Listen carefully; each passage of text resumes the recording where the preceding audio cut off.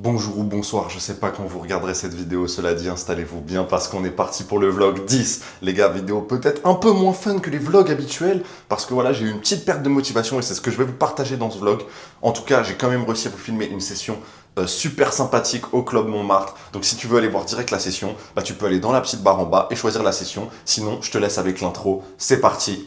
Ça, c'est la Terre. Et ça, c'est moi. En septembre 2025, j'ai été diplômé d'un master en psychologie. Donc, en toute logique, je suis devenu joueur de poker. Et pour me prouver que c'est viable, je me suis fixé l'objectif de faire 62 400 € sur ma première année. Alors maintenant, je t'embarque avec moi. Bienvenue dans ma vie. En fait, je suis dans un truc de flemme où même je sais pas où le temps passe. En fait, à tout moment, il va être 22 h et je saurai pas où ma journée est passée. Ma journée disparaît. Et je comprends pas. C'est un truc de fou. Et en tout cas aussi pour le poker, j'ai pensé à quelque chose. Je pense que ce que je vais essayer de faire, c'est de retourner en 2-4 tranquillement. Je pense que toute cette situation de j'ai plus envie de rien faire, etc. Il y a un peu un lien au fait que je me suis mis beaucoup de stress. Envie de faire une vidéo par semaine, envie de finir le challenge, donc de faire les 20 000 qui restent à faire, de rattraper les gens qui sont plus hauts que moi, qui jouent plus haut que moi, l'impression d'avoir du retard sur les autres. Donc l'envie de trop. Et voilà, la voiture elle est passée, j'attends un petit peu. Mais l'envie de trop qui fait que finalement, même quand je fais beaucoup de choses, bah, je me sens pas satisfait de moi. Bon les gars, on est le 24 juin, il est 17 h. Voilà, je sais même plus c'est quand la dernière fois que je vous ai vu, je vous disais que je faisais rien, que c'était compliqué. Et ben figurez-vous que j'ai repris, entre guillemets, à voir si ça tient, mais j'ai repris hier, j'ai été jouer. Ça s'est bien passé et j'ai pris grave du plaisir à jouer, je me suis bien amusé, j'ai bien rigolé avec la table. Donc en fait, ça m'a vraiment remotivé, reboosté un petit peu, j'ai envie de dire. J'étais en train de tranquillement observer l'analyse qu'a fait mon groupe pour Elite Poker. En gros, chaque mois, à un moment, on doit analyser une main. Et en fait, c'est une guerre des équipes. Et bah, il y a mon poteau Vénus, hein, je crois que c'est lui qui a fait une grande majorité du travail, les gars. Je vous l'ai dit, c'est le GOAT de Paname, hein, dans la vidéo dernière. Et voilà, il a analysé une main de fond en comble. Et j'étais en train de lire ça parce que bah, c'est vraiment intéressant. Et bravo Vénus, le GOAT. Normalement, techniquement, j'étais censé l'aider avec toute l'équipe. Je crois que le reste de l'équipe l'a un peu aidé, mais pas moi en tout cas. Du coup, j'essaie de me remettre progressivement. Là, c'est pour ça que je lis son petit truc, à me redonner l'envie de bosser le jeu. Parce que bah, ces dernières semaines, j'ai pas joué, mais j'ai pas bossé non plus. Et là, bah, il est 17h01, donc je pense que ça a déjà commencé. Attendez, je vais regarder, parce qu'il y a l'appel de groupe, il y a la review de groupe avec bah, William, donc, qui me coach et qui coach mon groupe sur Elite.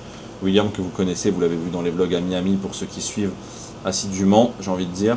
Mais là, ouais, il n'est pas encore là. Bon, pour le moment, on a ce bon vieux élu et ce bon vieux Vénus qui attendent dans les channels. Merde, j'ai rejoint le channel sans faire exprès. Donc là, je vais les rejoindre et voilà. Et ensuite, les gars, j'irai grind. Donc c'est cool. Bon les gars, on est environ 20h30. Donc après le coaching, je me suis dit, j'ai pris ma douche, je me suis préparé, je me suis habillé, je me suis dit, je mange et j'y vais. Et en fait, j'ai débloqué la flemme. Mais je pense que la méta, c'est de plus manger. Il faut pas que je mange avant de partir. Parce qu'en plus, j'essaie de faire un peu prise de masse et tout. Là, je fais pas mal de sport en ce moment. Enfin, pas mal. Je vais 3-4 fois par semaine. Et donc, j'essaie de bien manger. Sauf que là, manger, c'est fini. En fait, c'est fini. C'est fin du game. Et j'ai remarqué, j'ai fait le lien, c'est que sur toutes les fois dans les dernières semaines où j'avais envie d'y aller, et bah c'est après manger, je me disais, oh, finalement, vas-y, laisse tomber. Et c'est parti les copains, parce que sans transition, on arrive en session, let's go. Donc les gars, pour cette première main, j'arrive, c'est ma première main, j'arrive, je m'installe au club, je vois, il y a des nouveaux tapis, je suis là, ouais, trop bien, des nouveaux tapis. Et boum, qu'est-ce qu'on me sert pas, t'y voilà, deux beaux as les gars, deux belles flèches. Donc je me dis, on est parti direct dans le bain, on n'a pas le temps de niaiser, vous voyez comme on dit. Et un récréatif décide de limper UTG1, et je décide évidemment avec mes deux belles flèches de le relancer pour 25 €. Peut-être que je peux faire plus cher, je sais pas, je viens d'arriver, c'est la première main. Je me dis, on va faire quelque chose de plutôt standard, j'ai envie de vous dire. Mais ce qui se passe, ce qui était tout bizarre, c'est que le mec à ma gauche, il se préparait à fold. Et dès que je mets 25, il se dit, bah finalement, les gars, pourquoi pas, Belek, peut-être c'est intéressant, c'est un bon coup qui va se passer là. Donc il décide de me payer. Small blind paye également. Le limper initial décide également de compléter et on se retrouve à 4 sur un flop 5-3 valet Rainbow. Small blind et UTG1 décident de checker, l'action revient à moi et qu'est-ce que j'ai envie de faire ici les gars? Moi j'ai 2 belles flèches donc forcément j'ai envie de miser, surtout que je vais pas vous mentir, il y a 2 personnes chinoises dans le coup. Alors je dis ça, je dis rien, mais bon on les connaît. Ils aiment bien jouer, ils sont là pour jouer la plupart du temps. Je dis pas tout le temps, mais la plupart du temps, ils sont là pour jouer les poteaux. Donc, je sais qu'ils peuvent me payer avec des ranges assez loose. De ce fait, je décide de miser pour environ 60% du pot, à savoir 60 €. Le joueur à ma gauche décide de payer. Small blind passe sa main. Et UTG1 décide également de payer. Je me retrouve donc en sandwich et la turn vient un roi de carreau qui ouvre donc un flush draw à carreau. Il s'avère que j'ai l'as de carreau, donc c'est plutôt une bonne nouvelle. Le problème de ce roi, c'est que j'ai l'impression qu'il leur fait perdre beaucoup de force relative à leurs mains. Parce qu'ici, je m'attends à ce qu'ils aient beaucoup de valets, donc à savoir valet dame, valet 10, valet 8, valet 7, même vu que le joueur à ma gauche de base voulait passer sa main. Ou alors beaucoup de pocket pairs. Peut-être quelquefois des mains comme A5, 5 et 6, 6 et 7... ce genre de combinaisons qu'ils peuvent également avoir. Mon adversaire UTG1 décide de checker. Et ici, peut-être que j'ai fait une erreur. J'ai décidé de faire un petit size pour environ un tiers du pot afin de commencer à mettre en difficulté des valets X, des pocket pairs qui pourraient avoir envie de payer. Je m'attends pas à ce qu'il y ait beaucoup de flush draw chez eux. Peut-être des mains comme 5 et 6, dame 5, 5, 7, 5, 4. Ce genre de combinaison. Mais en fait, j'ai envie vraiment de mettre en difficulté des valets et des pocket pairs. J'imagine que les valets auraient sûrement payé un peu plus cher que 100, donc peut-être je peux faire un peu plus cher. Vous me direz ce que vous en pensez les gars. En tout cas, j'ai décidé de miser 100 €. Le joueur à ma gauche décide de payer et l'UTG1 décide également de payer. On se retrouve donc à 3 toujours sur une river qui vient le 8 de carreau. Les gars, moi au final, cette river, elle m'inquiète pas plus que ça, parce que comme je vous l'ai dit, je m'attends pas à ce qu'il y ait trop de carreaux chez eux. Je vois pas quel carreau arriverait là, 5 et 6 de carreau, 4 et 5 de carreau. Voilà, après... je les connais pas en fait. Comme je vous l'ai dit, c'est ma première main à table. Donc ici, je m'attends pas forcément à voir des trucs déconnants, des carreaux bizarres ou quoi que ce soit. Donc après que mon adversaire UTG1 ait décidé de checker, je décide de miser pour 230 €. Ah, par contre, cette fois-ci, je pense que c'est sûrement un peu trop cher parce qu'avec les carreaux qui rentrent, j'ai l'impression que les valets vont quand même souvent avoir peur. J'aurais préféré me voir miser sûrement 150. Mais vous me direz ce que vous en pensez. En tout cas, j'ai misé 230. Et là, mon adversaire à ma gauche décide de payer. Je me dis, il a pas l'air super confiant. Je me dis, ça devrait bien se passer. UTG1 décide de passer. Et je montre mes 2 belles flèches. Mais malheureusement, il me claque 5 et 2 de carreau, les gars. Mais qu'est-ce qui vient de se passer? Bon, je comprends où je suis arrivé. Ils sont là pour jouer. On va en découdre. On va boxer, les gars. C'est parti. C'est moi, Son Massito, je suis toujours là pour te casser les couilles en plein milieu de la vidéo. Bah oui frérot, il faut t'abonner, activer la cloche, mais mettre un like, ça te coûte rien. Donc je te laisse 3 secondes pour le faire. 1, 2, 3. Allez, on est reparti dans la vidéo. C'est parti, on enchaîne directement avec la seconde main. Tout le monde fold jusque moi au bouton et je découvre un magnifique As-4 dépareillé. Ici, je décide d'open pour 25 $. Mon ami en small blind décide de me payer. Let's back, on a une revanche à prendre les gars. Et Big Blind décide de passer. On se retrouve donc à 2 sur un flop qui vient 8, 7, Dame Rainbow. Mon adversaire décide de checker. Ça fait maintenant un peu plus d'une demi-heure que je joue avec lui. Et je sais qu'il reprend le lead avec des mains fortes de manière générale. Et en plus de ça, qu'il a des sizing tails. Donc ici déjà, dès le flop, je m'attends pas à ce qu'il ait de mains trop fortes avec lesquelles il aurait repris le lead. Mais je décide de checker de cette manière. Je vais aussi lui laisser l'opportunité de reprendre le lead turn. Et s'il ne le fait pas, je sais que j'aurai un bluff plutôt évident. La turn vient un valet de cœur. Et mon adversaire décide de checker. Ici, je m'attends donc à ce que les mains les plus fortes qu'il ait soient des 8, des 7, peut-être quelques valets. Il peut aussi avoir des straight draw ou des PP qui pourraient call une fois. Je décide donc d'entamer mon plan et de commencer un bluff. Je décide donc de bet 25 dans 55 avec l'objectif de lui mettre un gros sizing à la river pour faire fold C8, C7, CPP ou encore ces straight draw qui auraient miss. Mon adversaire décide de payer et la river vient un roi de carreau. Ici, mon adversaire décide de check à nouveau. C'est pas la plus belle des rivers parce que de temps en temps, il touche une paire de rois avec des mains comme roi 10, roi 9. Mais je m'attends à ce que sa range soit quand même principalement composée de 8x, de 7x et de valet x au maximum. Donc je m'attends à ce qu'il fold assez souvent si je fais un size plutôt massif, les gars. Massito pour un size massif. Et je décide donc de bet pour 210 $. Il décide de fold. Magnifique, on gagne ce petit pot. On commence à lui mettre un petit peu la pression pour lui dire qu'on va pas se laisser faire et l'inciter à nous payer les prochaines fois. J'ai pas montré ma main, mais je pense que j'aurais sûrement dû lui montrer parce que c'est pas le genre de joueur que je vais beaucoup bluff.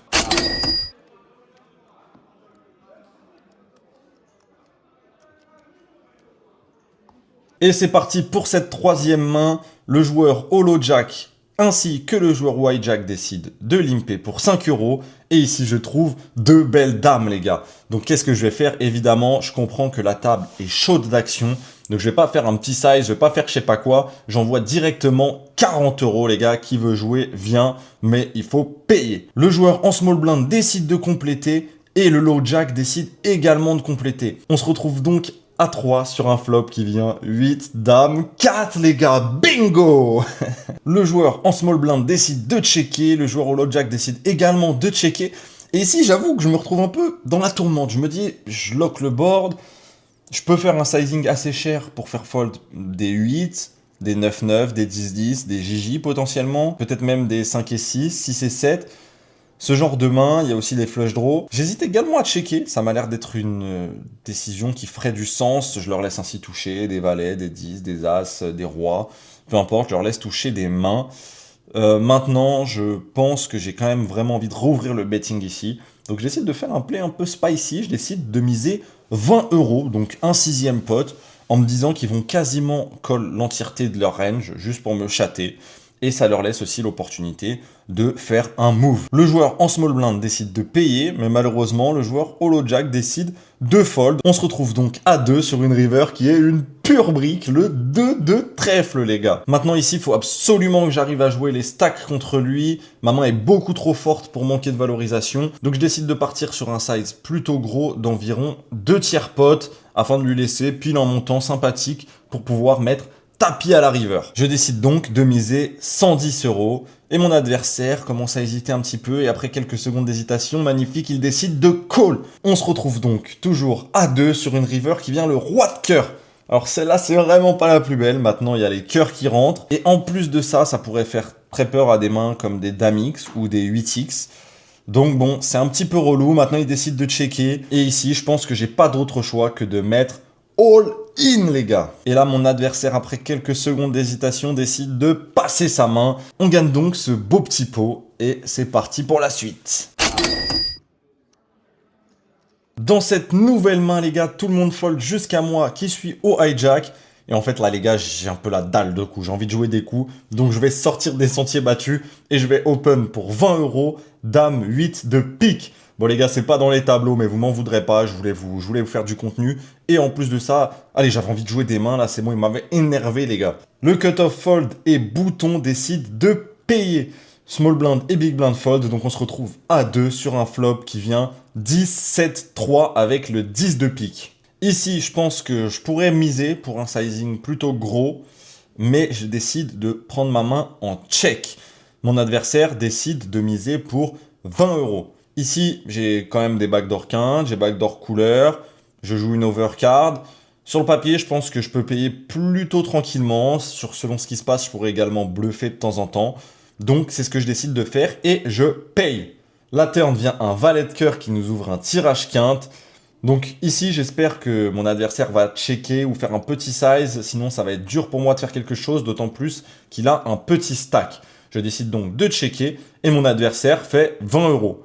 Donc ici, qu'est-ce que je décide de lui faire? Un classico-classique, je décide de raise avec l'objectif de mettre all-in à la river, les amis. C'est un petit peu délicat parce que la personne a un tout petit stack.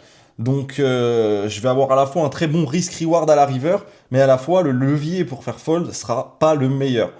Je décide donc de faire un tout petit size pour mon raise également, parce que j'ai pas envie de lui laisser que quelques jetons à la river et que ça soit un fuck call facile en mode, bon, bah vas-y, je sais que t'as mieux, mais j'ai envie de vérifier tes cartes. J'ai quand même envie de lui laisser suffisamment pour qu'elle se dise, ah, fait chier quoi, j'ai pas envie de tout perdre.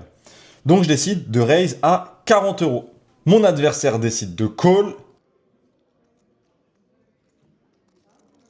Et la river vient une doublette du valet. C'est pas forcément la plus belle parce qu'ici elle peut se dire oh bah il a pas de valet, il y a une doublette, etc. Bon, sait-on jamais. Maintenant, on est là. J'ai fait un open qui est pas dans les tableaux. Je me suis embarqué dans un raise à la turn. Ici, les gars, je suis pas là pour abandonner. Je vous le dis tout de suite. Il n'y a pas d'abandon, il n'y a pas de ralentir. Pas de ralentir ici. Donc, je décide de réfléchir un petit peu d'abord, tout d'abord, quand même, prenons un peu le temps, et de faire all in. Et là, mon adversaire qui rentre dans une réflexion, grattage de crâne, ah là là, qu'est-ce qu'elle va faire, je ne sais pas. Jusqu'à ce qu'elle décide de prendre ces deux petites cartes et de les rendre au croupier. Let's go! Ce petit bluff qui passe, les gars, ça fait plaisir.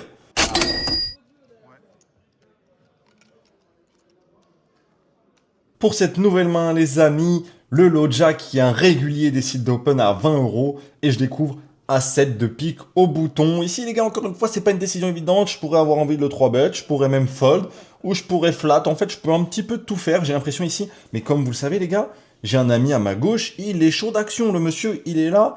J'ai envie de dire, il a envie de jouer. Il a envie de donner son argent. Et moi, j'ai envie de l'aider à donner son argent. Donc, je décide de payer. Comme on aurait pu s'y attendre, le monsieur à ma gauche qui est en small blind décide également de payer.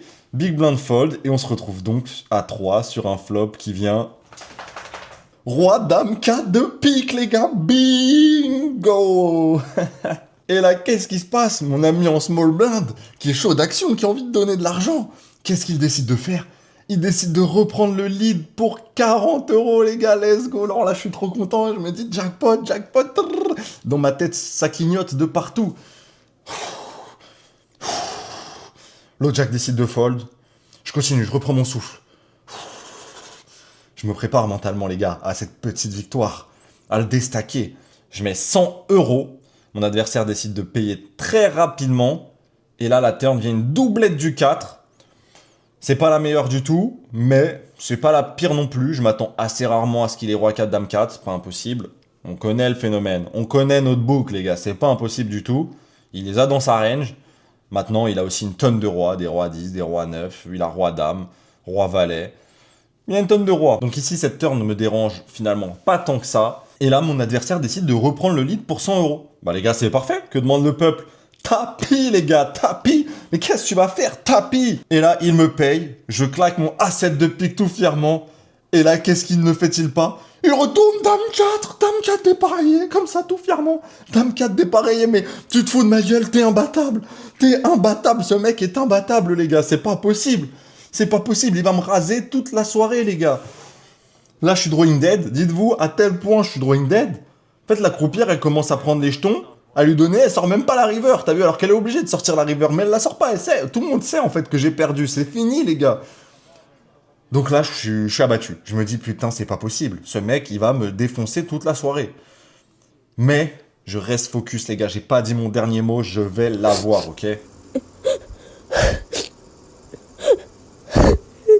Allez les gars, c'est parti. On oublie tout ce qui se passe, on oublie, on y va. On est reparti. Je crois que c'est la main juste après, mais je me souviens plus exactement, on est 2 jours après. Et l'adversaire à ma droite décide de limper pour 5 € et je découvre un magnifique As-10 dépareillé au cut-off. Je décide de l'isoler pour 30 €. Tout le monde fold jusqu'à la grosse blinde qui décide de payer. Et le joueur à ma droite décide de payer également. On arrive donc à 3 sur un flop 7, 3, 10 les gars. Magnifique, c'est le flop qu'on voulait. Ici, mes deux adversaires décident de checker. Je pourrais également penser à checker. Mais ici, je suis contre des adversaires chauds d'action. J'ai une image quand même plutôt agressive. J'ai joué pas mal de coups. Donc, je décide de partir directement sur une mise de 55 €. Ici, l'adversaire en big blind, les gars, il me fait un scénario. Vous avez rarement vu ça. Vraiment, ici, il nous fait un Leonardo Di Carpaccio, les gars, mais vous avez jamais vu ça. Il commence à souffler dans tous les sens. Crary, ouais, très dur, ça va être très dur ce coup, oh non, horrible et tout. Là, déjà, je comprends que j'ai perdu, les gars. En fait, vous voyez, quand il commence à faire ça, je sais que là, mon As-10, il est déjà terminado, les gars. Il est terminado dans le film. Et après avoir fait tout son petit cinéma pendant 5 secondes, 5-10 secondes, il prend ses petits jetons, il les pose. Mais c'est sûr que j'ai perdu. Bon, bref, je me dis, ok, bon, vas-y, on va abandonner ce coup à la terme, c'est pas grave. Mais qu'est-ce qui se passe? Bah, le poteau à ma droite, lui, il a rien compris à ce petit cinéma, parce qu'est-ce qu'il décide de faire? Raise 150, les gars. Mais là, je me dis, mais le gars, il a rien vu, il a pas vu ce que je viens de voir ou quoi, c'est pas possible. Du coup, bon, les gars, rien à faire pour moi, je décide de fold assez simplement, je rends mes cartes au croupier, on va voir le showdown en plus, parce que l'autre, c'est sûr qu'il va tout pousser. Et oui, c'est ce qui se passe, il pousse tout, les deux partent à tapis. Et le joueur en big blind, au showdown, montre paire de 7 qui faisait brelan de 7. Évidemment, les gars, franchement, c'était pas dur à comprendre, je vais pas vous mentir. Bravo à lui et go next. Allez, pour cette nouvelle main, le joueur UTG, donc l'ami à notre gauche, notre foufou national décide de limper. La récréative à sa gauche décide de l'isoler pour 30 euros. Un récréatif expérimenté UTG décide également de payer les 30 euros. Le joueur en small blind paie également les 30 euros. Et là, les gars, quel meilleur feeling que d'ouvrir ses cartes et que de voir une belle paire de rois. Bingo, les gars. Là, je me dis, c'est magnifique. Il y a déjà 100 balles au milieu. Je vais juste envoyer une tartine et on va voir ce qu'il se passe. Je décide donc de prendre mes petits jetons et de proposer un raise pour 180 euros. Le joueur à ma gauche décide de folder et l'open raiser décide de payer les 180 euros. Les deux autres adversaires passent et on se retrouve à 2 sur un flop de 5-6. Bon, ici les gars, il lui reste que 65 euros, donc bon, on va tout mettre. De toute façon, le board est magnifique, pas de raison de s'inquiéter. On met tout, c'est payé, et la turn vient une dame de cœur, la river un 3 de trèfle, on montre nos deux rois, et ils tiennent contre As-Roi en face. Et c'est parti les gars pour la main suivante, on arrive direct au flop parce que j'étais en train de gérer le roi-roi, c'était la main d'avant, j'étais en train de gérer le record. Et moi, si c'est 4-8 en small blind, je m'attends pas à ce qu'il se passe des trucs de fou. Sauf que les gars, on arrive en 6 way sur un flop, valet, 4-6, donc je fais 2 paires, c'est magnifique les gars, que demande de peuple. Je rebranche vite la caméra, je la repose, et c'est parti, on filme ça. Ici, je décide de checker pour faire un petit check raise des familles. Et l'adversaire à ma gauche, mon ami le fou du bus, mon ami qui a envie de donner son argent, il raise 30 euros, les gars, je me dis c'est bon. My timing, c'est mon moment, je vais enfin le raser ici, les gars.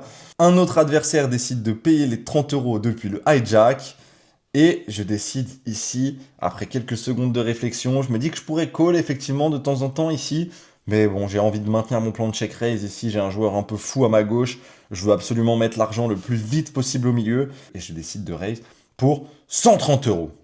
Il décide, après quelques secondes d'hésitation seulement, de me payer. Là, je me dis, il a l'air quand même confiant maintenant. Bon, ce mec-là, je sais qu'avec un valet, il peut payer très rapidement aussi. L'autre adversaire décide de fold. Et là, les gars, la turn, elle est magnifique. Un 4, les gars, un 4 de cœur. Mais let's go, les gars, là.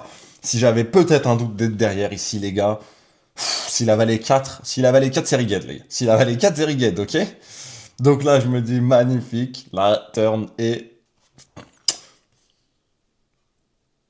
juicy, les gars, juicy tout simplement. Du coup, ici, j'ai envie de faire un sizing pour pouvoir tout lui mettre à la river. Ma main est trop forte, j'ai envie de jouer les stacks, j'ai envie de tout lui prendre.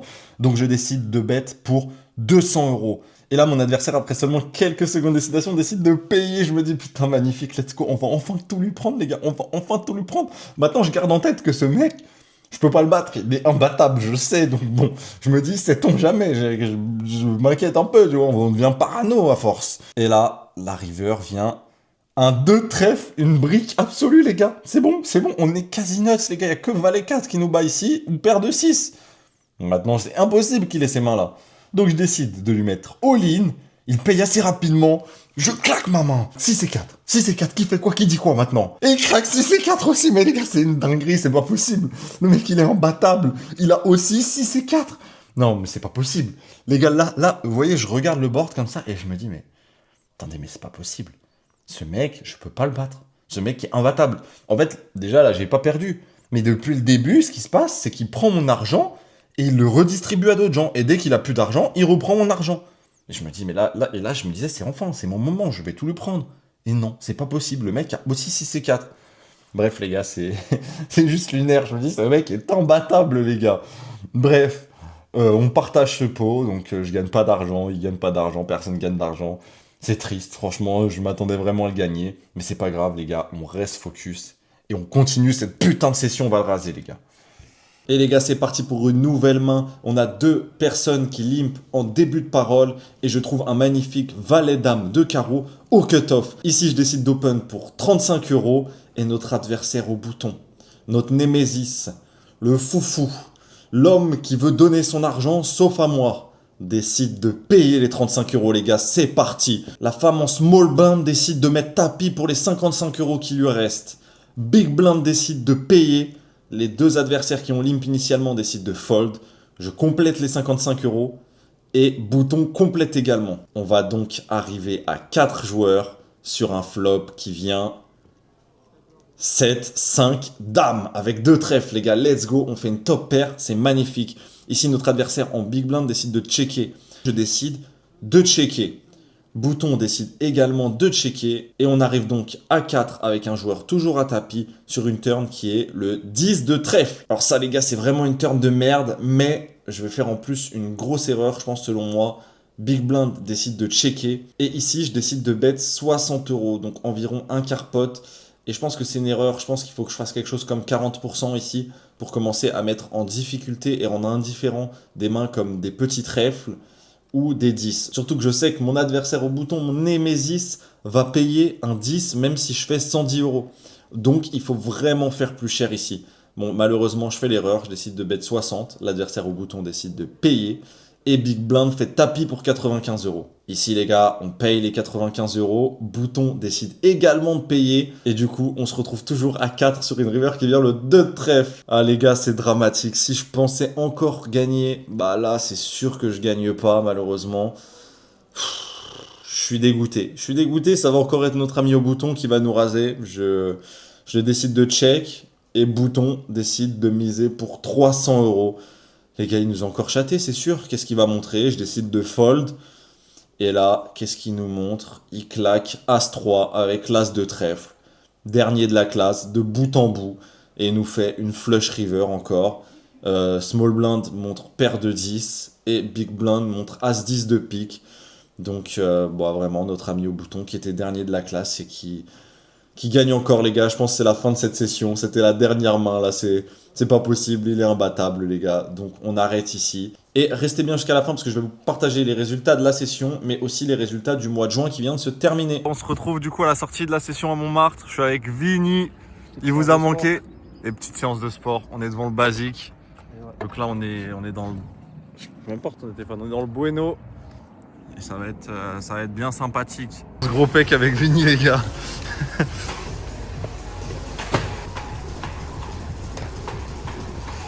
La souffrance. Perdas. La souffrance. Je t'ai fait craquer les os. Qui a craqué mes os? Allez, fais évader ta frustration. 4 et 2 suite. 5 et 2 suités. Tanker toutes les rivers, après avoir fait des pectoraux, il faut un gros dos. Pour tanker toutes les salles rivers, ok?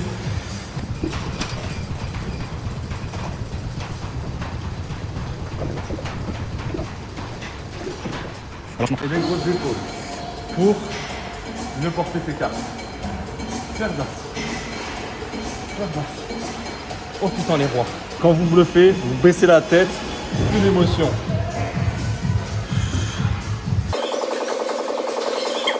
La gutshot. Je sais pas pour... Est-ce que je te fais des trucs comme ça, moi? Est-ce que je te fais des trucs comme ça? C'est les chips. Ça va être Dips. Il bluffe. Zéro émotion. Zéro émotion, les gars. Oui. Voilà, on souffle bien. Zéro émotion, contrôle le BPM. Putain, le GOAT. Au stress. No stress. Donc les gars, je termine cette session à moins 310 €. Et je termine le mois de juin à plus 1634 € avec seulement 52 heures jouées. Donc voilà les gars, ça reflète un peu ce que je vous disais dans cette vidéo. J'avais pas de motivation, j'avais pas de courage, donc j'ai pas beaucoup joué. Maintenant, je sais que là, le mois de juillet, ça va être top. J'ai retrouvé de la motivation et je vais vous faire du bon contenu. Ça va être cool. Sur ce les gars, je vous dis à dans 2 semaines. Abonnez-vous, activez la cloche, likez. Bise!